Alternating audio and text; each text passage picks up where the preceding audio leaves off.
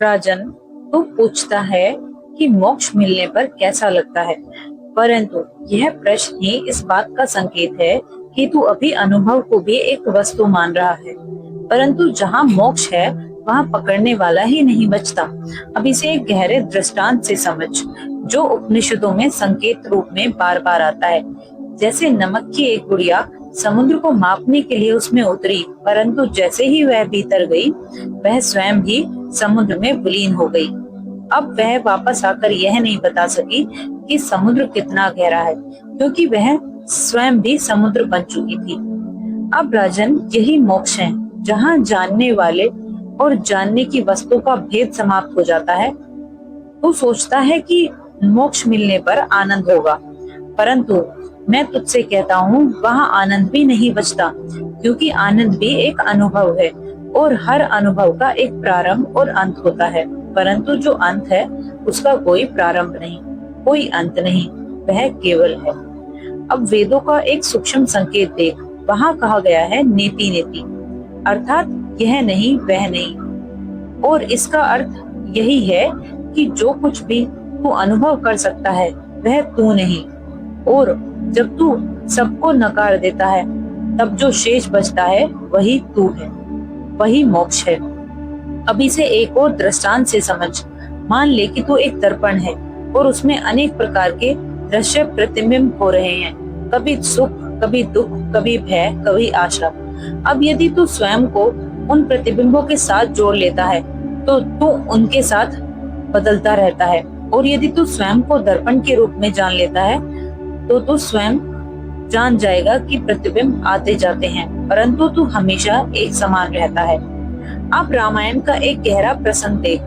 जब जनक विदेह कहलाए तो इसका अर्थ यह नहीं कि उनके पास शरीर नहीं था, बल्कि इसका अर्थ यह था कि वे स्वयं को शरीर से लगातार नहीं मानते थे, वो साक्षी में स्थित थे। और यही मोक्ष की झलक है, जहाँ शरीर है, मन है, संसार है, परंतु उनसे कोई पहचान नहीं। अब पुराणों में एक कथा आती है। एक राजा ने एक ज्ञानी से पूछा कि मोक्ष मिलने पर क्या मिलता है। ज्ञानी ने कहा कुछ भी नहीं। राजा चौंक गया।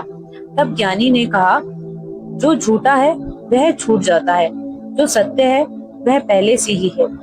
अब राजन, यही मोक्ष है, कुछ नया प्राप्त नहीं होता, केवल भ्रम समाप्त होता है। अब अष्टवक्र मुनि का एक गहरा संकेत समझ। वो कहते हैं कि तू सदा से मुक्त है, केवल तूने स्वयं को बंधन में मान लिया है, और जैसे ही यह मान्यता टूटती है मोक्ष प्रकट हो जाता है। अब इसे एक और दृष्टांत से समझ।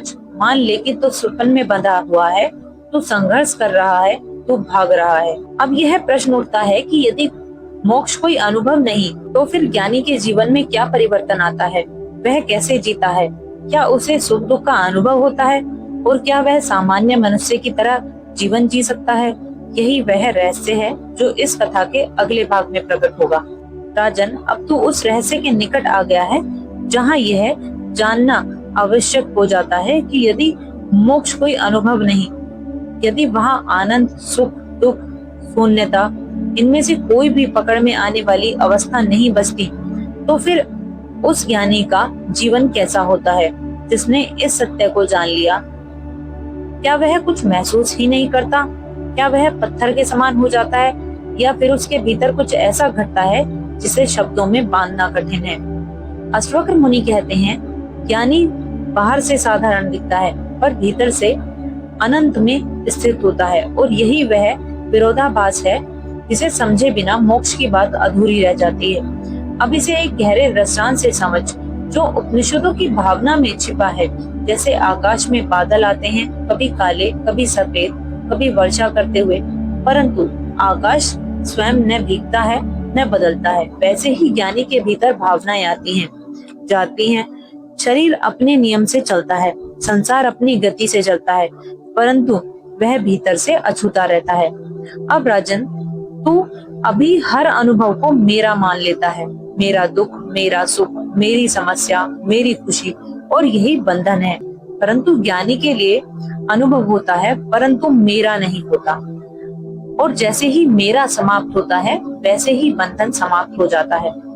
अब वेदों का एक सूक्ष्म संकेत देख, वहाँ कहा गया है कि जो जान लेता है कि मैं करता नहीं, उसके लिए कर्म होते हुए भी वह अकर्ता रहता है, और यही मोक्ष के बाद का जीवन है। पूर्ण कर्म परंतु भीतर से पूर्ण शांति। अब इसे एक और दृष्टांत से समझ। मान ले कि तू एक नदी के किनारे बैठा है और जल को बहते हुए देख रहा है। यदि तू स्वयं को जल मानता है तो तू हर मोड़ हर पत्थर से टकराएगा, और यदि तू स्वयं को किनारा मानता है तो तू केवल देखेगा, और यही साक्षी भाव है। अब रामायण का एक गहरा प्रसंग देख। जब जनक को विधेय कहा गया तो उनका जीवन सामान्य ही था। वे राजा चल रहे थे, निर्णय ले रहे थे, लोगों के बीच रह रहे थे, परंतु भीतर से वे पूर्णतः मुक्त थे, और यही मोक्ष का वास्तविक स्वरूप है। बाहर कुछ भी नहीं बदलता, भीतर सब कुछ बदल जाता है। अब पुराणों में एक कथा आती है। एक महात्मा को किसी ने अपमानित किया, उन्हें कठोर शब्द कहे, परंतु वो शांत रहे। तब किसी ने उनसे पूछा, आपको क्रोध क्यों नहीं आया? उन्होंने कहा, क्रोध आया था, परंतु वह मेरे पास रुका नहीं। अब राजन, यही अंतर है। अज्ञानी क्रोध को पकड़ लेता है और वह उसके भीतर घर बना लेता है, ज्ञानी उसे आने देता है और जाने देता है। अब अष्टवक्र मुनि का गहरा संकेत समझ। वो कहते हैं कि मोक्ष के बाद व्यक्ति कुछ नया नहीं बनता, वह केवल वह हो जाता है जो वो सदा से था, और इसलिए इसमें कोई दिखावटी परिवर्तन नहीं होता, केवल भीतर की पकड़ समाप्त हो जाती है। अभी से एक और दृष्टांत से समझ। मान ले कि तू एक अभिनेता है और तू अपने पात्र में इतना खो गया है कि तू स्वयं को ही पात्र मानने लगा। अब जैसे ही तू याद करता है कि तू अभिनेता है, पात्र अपने आप हल्का हो जाता है। अब तू अभिनय कर सकता है, परंतु भीतर से जानता है कि यह केवल एक भूमिका है। अब जीवन भी ऐसा ही है। ज्ञानी जीवन की हर भूमिका निभाता है, परंतु भीतर से मुक्त रहता है। अब राजन, तू पूछता है कि मोक्ष मिलने पर कैसा महसूस होता है, तो मैं तुझसे कहता हूँ, वहाँ कोई विशेष अनुभव नहीं होता, बल्कि अनुभव करने की पकड़ समाप्त हो जाती है, और इसी में सबसे बड़ी शांति है, क्योंकि अब कुछ पाने की दौड़ नहीं, कुछ खोने का भय नहीं, केवल एक सजग अस्तित्व है। अब यह प्रश्न और भी गहरा हो जाता है कि यदि ज्ञानी का जीवन इतना सहज और मुक्त होता है, तो क्या वह कभी दुखी नहीं होता? क्या उसे कभी पीड़ा नहीं होती? और क्या वास्तव में वह संसार में रहते हुए भी हर तरह से मुक्त रह सकता है? यही वह अंतिम रहस्य है जो इस कथा के अगले भाग में प्रकट होगा, जहाँ यह संभव स्पष्ट होगा कि मोक्ष की पराकाष्ठा में जीव कैसे बहता है, और उस अवस्था में मनुष्य वास्तव में क्या बन सकता है। राजन, अब तू उस अंतिम सत्य के द्वार पर खड़ा है, जहाँ यह जानना अवश्य हो जाता है कि यदि ज्ञानी साक्षी में स्थित है, यदि उसके भीतर मेरा का भाव समाप्त हो चुका है, तो क्या वह कभी दुखी नहीं होता? क्या उसे पीड़ा का अनुभव नहीं होता? और क्या वह वास्तव में संसार में रहते हुए भी पूरी तरह मुक्त रह सकता है? क्योंकि मन यह मानता है कि मोक्ष का अर्थ है दुख का पूर्ण अंत, केवल सुख ही सुख। परंतु अष्टवक्र मुनि इस भ्रम को तोड़ देते हैं। वो कहते हैं दुख और सुख दोनों मन की अवस्थाएं हैं। अब इसे एक और दृष्टांत से समझ, जो उपनिषदों की भावना में छिपा है। जैसे एक व्यक्ति नाटक देख रहा है, उसमें दुखान दृश्य आते हैं, वह रो भी सकता है, हंस भी सकता है, परंतु भीतर से जानता है कि यह केवल एक नाटक है, इसलिए वह उसमें डूबता नहीं, बंधता नहीं। अब यदि वही व्यक्ति भूल जाए कि यह नाटक है, तो वही दृश्य उसके लिए वास्तविक दुख बन जाएगा। अब राजन, ज्ञानी और अज्ञानी के बीच यही अंतर है। घटनाएं दोनों के जीवन में होती हैं, शरीर दोनों का बीमार हो सकता है, संबंध दोनों के बदल सकते हैं, परंतु ज्ञानी जानता है कि यह सब दृश्य है। अब वेदों का एक सूक्ष्म संकेत देख। वहाँ कहा गया है कि जो स्वयं को जान लेता है, वह जन्म मरण, सुख दुख, हानि लाभ, इन सभी द्वंद्वों से परे हो जाता है, क्योंकि वह जान जाता है कि ये सब परिवर्तनशील है और वह स्वयं अपरिवर्तनशील है। अब इसे एक और दृष्टांत से समझ। मान ले कि तो एक विशाल पर्वत है और उसके ऊपर मौसम बदलते रहते हैं, कभी वर्षा, कभी धूप, कभी तूफान।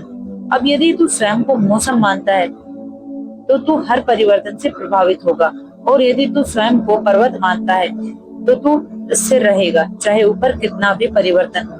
अब रामायण का एक गहरा प्रसंग देख।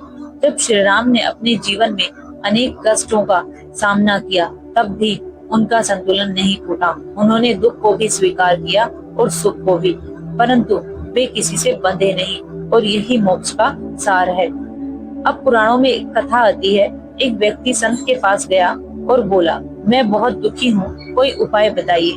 संत ने कहा, तू दुख को पकड़ना छोड़ दे। वह व्यक्ति बोला, दुख अपने आप आता है।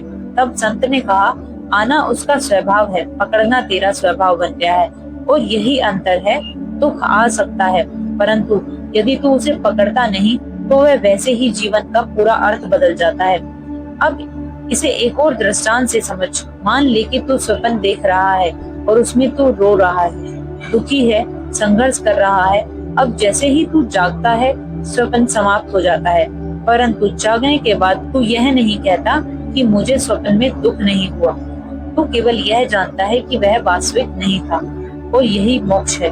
दुख का अनुभव समाप्त नहीं होता, परंतु उसका बंधन समाप्त हो जाता है। अब राजन, यही अंतिम सत्य है। मोक्ष के बाद न कुछ पाने की इच्छा, न कुछ खोने का भय, केवल एक सजग, शांत, स्थिर अस्तित्व है, जिसमें जीवन अपने आप बहता रहता है और तू केवल साक्षी बना रहता है। सदा से मुक्त, सदा से पूर्ण, सदा से शांत। हरे कृष्ण।